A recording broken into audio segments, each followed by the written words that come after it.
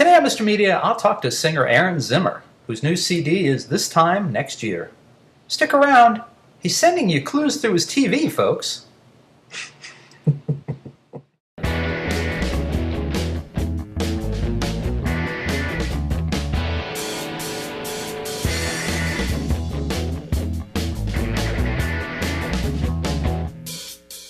So much media, so little time.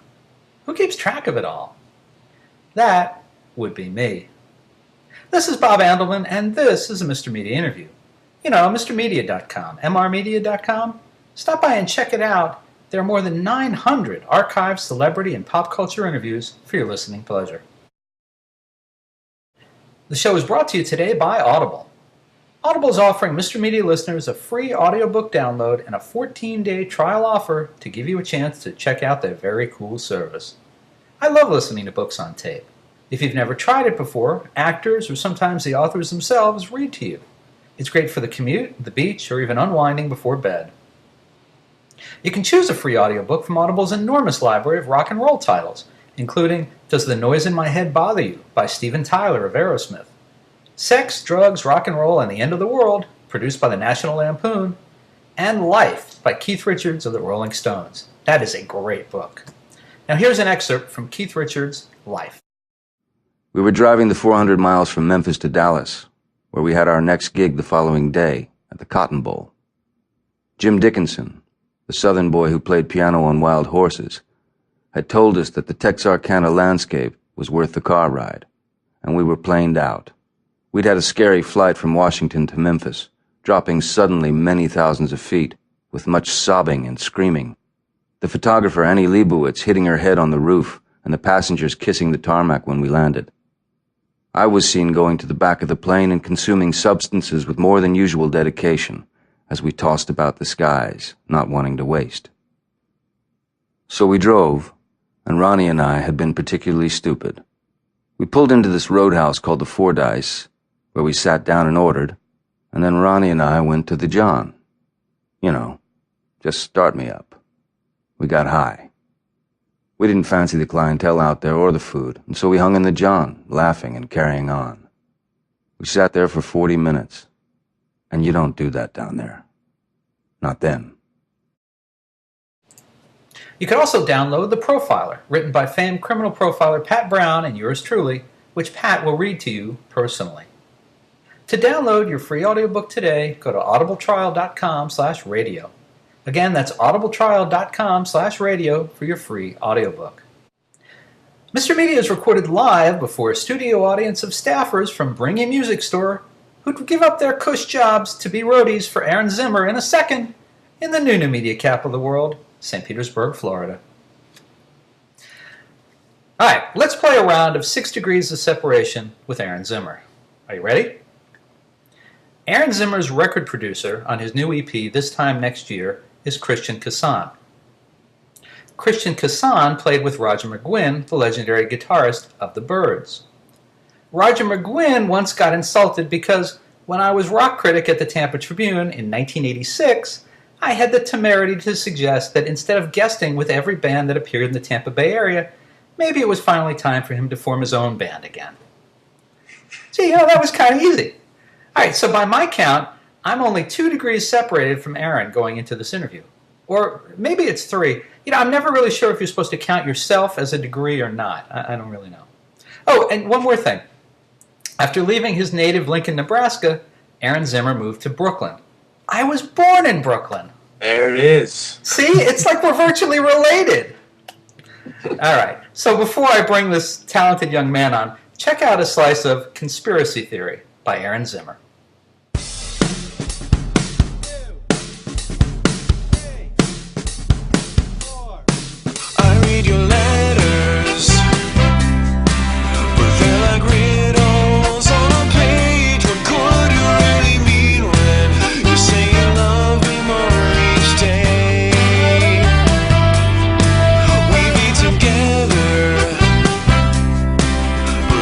Ten locks on the door, I'll never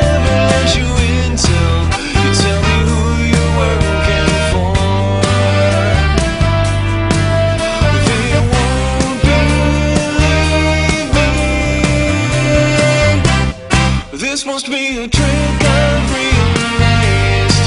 You had the wool pulled over my eyes. You say this whole situation's fine, but I don't know.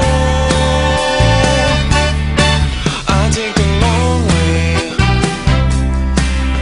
I make 10 turns. I don't need eyes up on the rear view to see just who is following. I hear the short waves.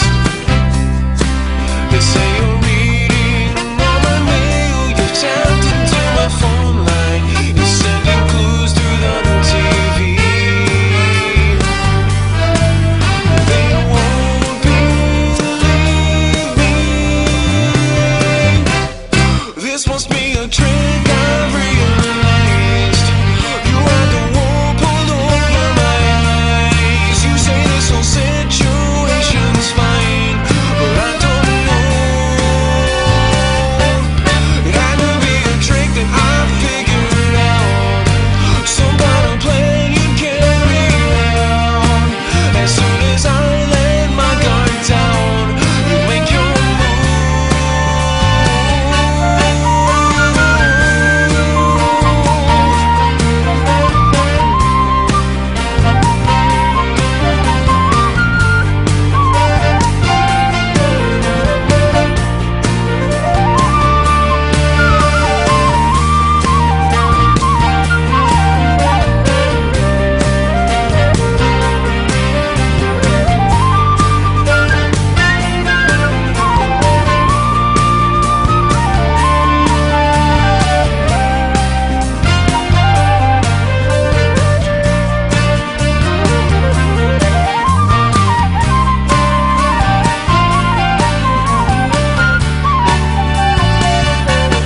This must be a trick I've realized.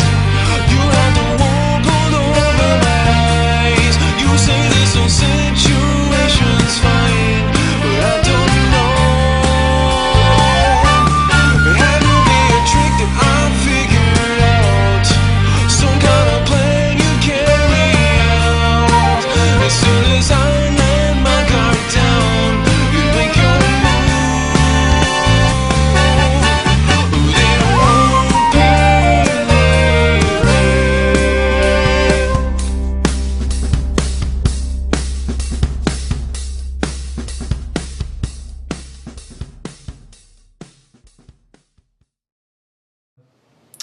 Aaron Zimmer, welcome to Mr. Media. Thank you so much. It's good to be here. My pleasure. Congratulations on a really good piece of work. Thank you. I'm really proud of this one. Thanks so much. I'm glad you like it. No, it's what I like, and we talked about this before going on the air. I mean, the people who work for your public relations outfit, they know not to bring certain things to me. And what I like is what you do. I mean, it's got a sound. It's instantly, it catches your ear. It's memorable, and it's sort of mainstream in a sense, and yet it's kind of special.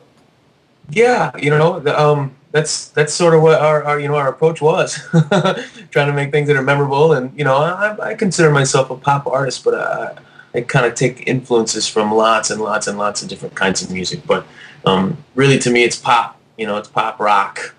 So I'm glad you like it. Absolutely. Now, without a doubt, for me anyway, I think Conspiracy Theorist is the star product on this record, and I wondered if you could maybe talk about it a little bit. Yeah, that one was hands down the most fun to record and the easiest one to record.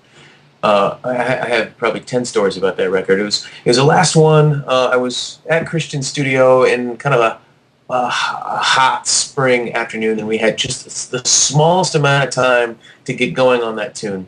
He had another session, or he was leaving town, or I was leaving town, something like that. But we knew we needed to get drums done before we split, and we set the drums up and tracked all those drums in 15 or 30 minutes, which was unheard of for any song we'd ever done before. So we used a different mic configuration, only 3 mics rather than 10 or however many we'd use on everything else. And the sound we got was instantly different and really fresh and kind of felt live to us. And the song just came together, really, really, really easy and fast. And then we brought these great horn players in, and then there was the song recorded itself after that. So it was hands down the most fun one to do for sure. And what about the theme, conspiracy theorist? What's going on there? Are you that person, or are you singing about someone maybe that you know, or is it just kind of what's going on there? Well, I realized with the last record that I did, I kind of just all the lyrical content had been sort of samey. I was talking about the same thing in every song, and so this time out, I realized that I wanted to take a different approach from writing every song. And this song was sort of about that idea. It's kind of about myself, I guess. It's more like me realizing that the way I was writing, the way that I was maybe perceiving things, was a little skewed. So I guess it's about me, but it's sort of kind of a joke about myself, because the character in this song is clearly out of touch.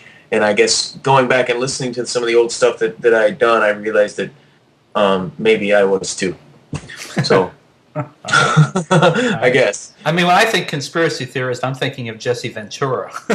Oh yeah. Well, it's I sort of had this mentality a little bit that that the world was out to get me, and that I just wasn't going to have a good run of luck with all sorts of different things. And I realized it was all in my head. And so it was supposed to be sort of a funny take on that. I mean, obviously the character in this song isn't, I'm not nearly as bad off as that person is, but yeah. Well, of course, it's not paranoia if it's true. That's true. I'm really excited about this song, actually. We're shooting a video with that maybe the end of summer with a really, really talented photographer named Bob Scott. And we've got just the most fantastic premise for the video. So keep your eyes peeled for that. Very cool. All right, so that was my favorite song on the EP. What is yours? I like them all. Oh no, that's cheating. I can't let you get away with that. Yeah, all right. The truth is, I love them all one day, and I'll hate the same song the next day. The standouts for me though are Conspiracy Theorist. I love that song. Yeah. Just because of the stuff we talked about, we sort of captured a vibe that I'd never had before. It's super fun to play live, and so I love that one. Honey, Give Me a Hand was the first song we did on that record, and so I love that because it was kind of a new approach to writing for me that felt really fresh and new and more me than anybody else. More me than Christian, where maybe the older stuff you could really hear Christian's influence, and this stuff felt like it was directly from me. That Girl I Love, just because I love Tom Petty, and that song has a real clear Tom Petty influence to it, so I felt proud of that.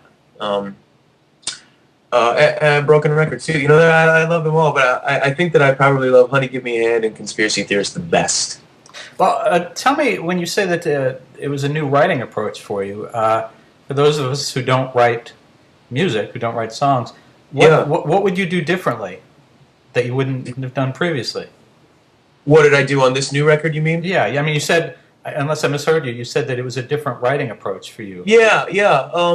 But it's even down to the way that I was tuning guitars. On the earlier stuff, I was tuning in open tunings or drop D tunings, and it really, in a way, kind of pigeonholed some of the way those songs were going to be. And I knew, starting with this new stuff, I wanted to get away from what I'd done before, so I tuned everything back to original E tunings on the guitar and just started from there. And then again with the lyrics, I knew that I wanted to write in a way that wasn't necessarily always about me, always about some type of emotional something. So some of this stuff isn't about me. Some of it's, just, fictional at sometimes. But I knew I just wanted to, whatever way that felt comfortable about writing songs, I knew that I didn't want to do that again on this one. And so, both the music and the lyrics were done in a new way for me. It's interesting to me that you were talking about open tunings and E-tunings. I would not have known what any of that meant or referred to 3 months ago, but by coincidence, since I mentioned at the top of the show, the Keith Richards book, where he talks about all kinds of different types of tunings and actually makes it understandable for the layman. So that's good. I haven't read his book yet. I need to do that. You got to read that book. It's I will. I mean, I heard that he was doing a book, and I thought, yeah, that ought to be interesting. I mean, what does he possibly remember? Well, it turns out that he actually kept diaries, and he remembered an awful lot, and they supplemented what he remembered with other people who had been around him over the years. It's a tremendous book. Good. Yeah, I remember. I just sort of was reintroduced to Hail Hail Rock and Roll, the Chuck Berry thing. And Right. I loved his role in that movie because he really became kind of this. I don't want to say father figure. That's not right, but he was really running those rehearsals in a way that's familiar to me. And Chuck Berry just wouldn't deal with it at all. And I couldn't believe how he was treated, actually. But really made his character more personal to me. Sort of got a better understanding of the way he actually probably is in real life, which was cool. I need his book. Yeah. Yeah. No. And there's references to that in the book. But yeah. Oh, good. Yeah. No. You'll enjoy that. I promise you'll enjoy that. Now, so at the top of the show, I also mentioned your producer, Christian Kassan. He obviously has, from what you said, has more to do with your music than just producing. You were saying that he plays on the records, and tell us about that. He well, we met I think back in 2007, and I was sort of new in New York City and kind of had a band, but not really. So we started recording, and he realized right away that, well, I realized right away too that we sort of needed each other. I didn't have a good drummer, and that's his first love, and what he's absolutely best at is the drums. So we just got started on one song, and we split all the guitar parts, and I played the bass, and maybe he or I played some keys on it, I don't remember, and he played drums, and I did the vocals. And we got that song done and realized that we better make a record, out of the same approach. And so that's what we did. We put out a record called Live Wires in 2009, which was 11 songs. But yeah, he and I split everything, guitars, bass, drums, keys, and vocals. We did that almost all by ourselves. And this newest record, we had a couple people in here and there. But he plays live with me too. He plays drums in my band, and he's, like I say, that's really, really where he excels, and he's an exceptional band leader, and he's just got talent oozing out of him. So I'm lucky to have him. Well, and I wondered, where do you think your career would be without the benefit of his experience? I mean, it seems like it must have a big influence. He has a big influence, and that's a really good question. Boy, I don't know. I have some producer friends in New York, and I've done a project or two that wasn't with him. So I imagine I would have some music out, but I certainly wouldn't have the band that I do now. And I'm not sure I would be so pleased with the way the recordings are. It's been a learning process for both of us, kind of learning how to work with each other, and good question, boy. Well, so let me ask you this: Christian aside, and it's pretty much a requirement in talking to kind of a young and upcoming musician about your influences. So, tell us. I mean, what did you like to listen to back in Lincoln? Well, I feel like maybe my background is a little interesting. I hope so. I did. It's going to make dull radio and TV if it's not interesting. Yeah. I didn't really get introduced to rock and roll until later. My dad and my family, music was a huge part of my life when I was a kid, but there was carpenters playing in my house, and a lot of vocal stuff, a lot of brass stuff, but not, there weren't any Led Zeppelin records. There might have been a Beatles record, definitely some Elvis, Chet Atkins, Manhattan Transfers, things like that. But so I came up listening to pop and James Taylor and things like that. And it wasn't until the Seattle music thing hit that I discovered that I really had a thing for rock music. And I didn't even like Nirvana. I liked Pearl Jam, and I liked Soundgarden and Alice in Chains in particular. But it was that movement of rock and roll when I was, in junior high that really made me focus on a guitar and focus on the way they were getting these huge, big sounds that were still in a way really melodic, which is what I love about music. Melody and harmony are the most important things in the song to me. And Alice in Chains in particular was so good at that. It just struck me in a way I'd never heard before. And so then, as I really got into that kind of stuff, I went back and found Led Zeppelin and found Jimi Hendrix and found the Beatles even. So I feel like I kind of learned about rock and roll backwards. Interesting. And what was it that caused you to leave Lincoln for Brooklyn? I mean, what were you thinking? My God. Well, I had a band in Lincoln, and we did okay. We ended up touring quite a bit and kind of had some regional success. And when that band fell apart, I knew I just couldn't stay. As much as I loved, where I came up and I loved my family out there, I just knew that I needed to make a big change. And so for me, it was going to be LA or it was going to be here in New York City. And I was really excited about ditching a car. I was excited about that. So that was why, even though LA was closer, you came to New York? Well, there's pretty even drives. But yeah, it really is. I was excited about how close everything was going to be. And it seemed like New York City was a little fresher at the time. I don't know. I haven't spent a lot of time in California, so I'm a bad judge. But it seems even now to me that it's realer or something. So I sold my car and the band that I had. We had a big old tour bus, and I drove that to Nashville and put it on a consignment lot, and then drove into New York City in a rental truck. Wow! And I've been here ever since. and how is it going for you? I mean, the music industry is in some ways in chaos for older artists who've relied on a certain system. You're a younger guy. Are you able to make a living at this, or do you have something else going during the day to help you pay the bills? Well, it depends on what time of year it is. First of all, I sort of think the older guys. I mean, they're sort of grandfathered in the way the music business is now. In my book, I mean, it's the new guys. I mean, if you're not being signed to Columbia or whoever Lady Gaga is on, I mean, you're going it alone. But I like that. I like the bands now. They're going to grow. They grow organically. They grow the way they should be. And it's not about selling 1 million records anymore. It's about finding your niche of 2,000 people that'll buy everything you do. And, playing in 7 or 8 or 10 markets, that's what it's about to me now. And depending on what time of year it is, yeah, I make a living at it. When I'm home, I do, a few things here and there. My background's in web and graphic design. So I do some of that kind of stuff, and I do some consulting for some small labels and some management folks. And that job actually allows me to keep doing that when I'm on the road.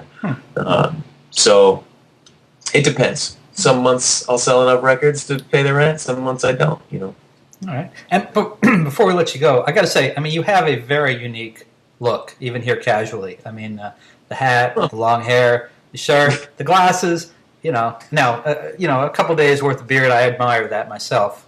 Yeah, but do you mind showing people your arms? Oh, sure. Tell us what you got going here.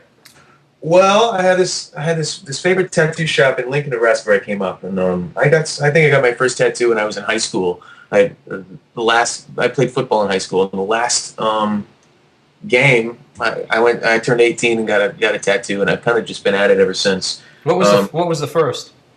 It's this little thing I got on my foot or on my ankle. Mm-hmm. That is, but I just love tattoos. And for the most part I go back to the same shop. And I got a good amount on my arms and stuff. There's still a little more to go on this arm. Yeah, I noticed that when I saw the picture. I think there's a picture of you like this, or we see both forearms. And yeah. I noticed that the left arm has still got some open spaces. Yes, still got some open ones there. This one is all the way done as of maybe this year. So. And on the left, tell us about the clock. I mean, we can see that. That one. What's the? Yeah, that one I get asked about a whole lot, and I can't even show it to you on my screen. Weird. That one though. That one is it's a pocket watch. My grandfather on my mother's side wore overalls every day of his life. He was a farmer in the Midwest, and my earliest memories of my grandfather were sitting on his lap, and he had this pocket watch in his front pocket of his overalls, and we'd play with it. My cousins and my brother and I would play with this pocket watch. Well, when he died, I got a tattoo of that. I figured that he probably looked at his pocket watch when my mother was born which was at 11 a.m. So I got a tattoo of a pocket watch that says 11 a.m. Nice, very nice. No, I'm not. I'm not adorned. I'm not necessarily a big tattoo guys. But when I see someone who's got that many, you got to be curious. Yeah. And the clock. Yeah. The pocket watch was very visible in the photos, so I had to ask you about that. Yes, it is. All right. So are you playing out these days? Can people find you? Yeah, well, we just had a record release party here in New York City on Saturday, and now that that's done, we're sort of gearing up for some touring stuff that's going to happen in the fall. I don't exactly know what that looks like, but I'll be playing a lot, moving forward, working on this record and working on getting this record out. I've got a new college booking agent, so we'll start with those and sort of anchor off those dates and. I plan to be busy and seeing a lot of the country in the next, 6 or 8 months. Very nice. And I assume folks watching or listening to this can find out about those dates by checking AaronZimmer.com. That's it. And I'm an active internet nerd, so email or tweet or Facebook or whatever and say hello. All right. I was just going to point out to folks that you can find Aaron on Twitter. He's on Facebook, and he's also got a YouTube channel where you can catch some videos. I do this whole series. I call it Zimmer TV, but it's really it's a reality TV thing about being a musician in New York City. And I sort of film it myself, and I cut the video and stuff. And I'm really excited about that project. It sort of just follows an indie guy along as I record and tour and stuff. So check it out. It's called Zimmer TV. Very good. And folks, you can find Aaron's new EP this time next year, which we've been talking about, at great music sites everywhere, where you can order it right now at a great price at MrMedia.com. Aaron Zimmer, thank you so much for joining us on Mr. Media today. Thank you so much for having me. It was a lot of fun. Thank you. My pleasure. And folks, for more original interviews with America's top singers and songwriters, you can surf over to our main website, MrMedia.com, MRmedia.com. If you've enjoyed today's show, you can subscribe for free to Mr. Media via email, RSS, or iTunes, and you'll never miss a show. You can also download our new free Mr. Media mobile app for the Android cell phone. And of course, you can also listen with a piece of string and a tin can in certain parts of Lincoln, Nebraska. Show your support of Mr. Media by supporting our sponsors, including Audible. To download your free audiobook today, go to audibletrial.com/radio. Again, that's audibletrial.com/radio for your free audiobook. We're also supported by the partyauthority.us. Call DJ Ira for all your party entertainment needs nationwide at 1-800-DIAL-DJs or visit their website, thepartyauthority.us.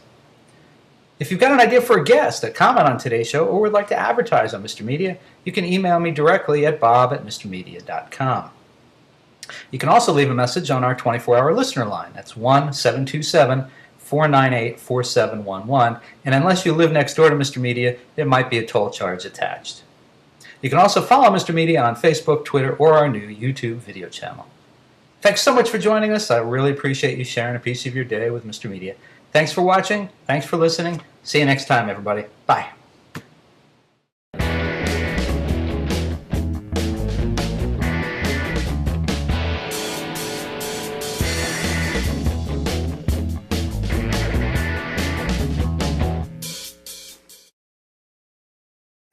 Hey folks, you can hear Mr. Media while on the go now with Stitcher Smart Radio.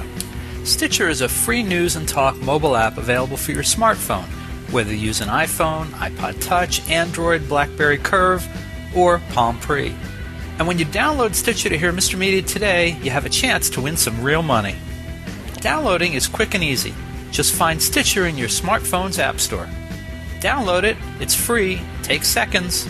Then, during registration, hit the promo code box and enter Mr. Media, that's MR Media, to get automatically entered to win $100. The latest episode of Mr. Media will be waiting for you in Stitcher's favorites right on your phone. You'll get access to lots of other amazing shows too, always available to you on demand, no syncing. Some of my favorites include WTF with Mark Maron, Plus One Per Diem with Kevin Smith, and The Nerdist with Chris Hardwick. It's all free and all instant to you on Stitcher Smart Radio. And don't forget to win the money. Enter promo code Mr. Media, MR Media, when you register. And thanks for listening.